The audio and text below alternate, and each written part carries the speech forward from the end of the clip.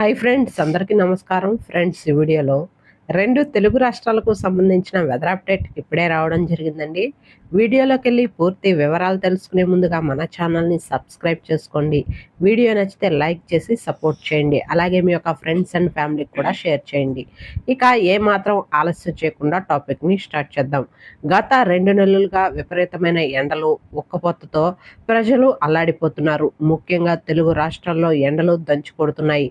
చాలా జిల్లాల్లో 45 డిగ్రీల ఉష్ణోగ్రత దాటి దీంతో ప్రజలు తీవ్రంగా ఇబ్బంది పడుతున్నారు. ఉదయం 8 గంటలకే బాణుడు బగబగమంటున్నాడు. ఈ క్రమంలో వాతావరణ శాఖ చల్లని కబురు చెప్పింది.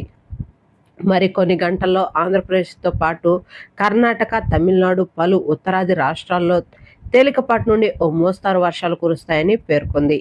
ఏపీ, రాయలసీమ జిల్లాల్లో ఉరుములు, మెరుపులతో కూడిన తేలికపాటి నుండి ఓ మోస్తారు వర్షాలు, కొన్ని జిల్లాల్లో భారీ వర్షాలు కురిసే అవకాశం ఉందని వాతావరణ శాఖ స్పష్టం చేసింది. కొన్ని జిల్లాల్లో పిడుగులు పడే అవకాశం ఉందని ప్రజలు, రైతులు, గొర్రెల కాపర్లు జాగ్రత్తగా ఉండాలని సూచించింది. కోస్తాంధ్రలో కొన్ని చోట్ల చిరుజల్లులు పడతాయని తెలిపింది.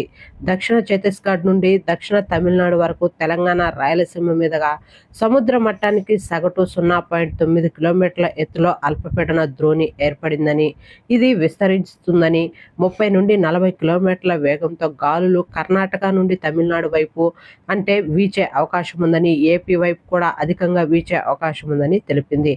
మరికొన్ని గంటల్లో అరుణాచల్ ప్రదేశ్లో తేలికపాటి నుండి ఓ మోస్తారు వర్షాలు కురుస్తాయని, అలాగే ఏపీలో కొన్ని చోట్ల ఉరుములు, మెరుపులు, ఈదురుగాలులతో కూడినటువంటి భారీ వర్షాలు కురిసే అవకాశం ఉందని స్పష్టం చేసింది.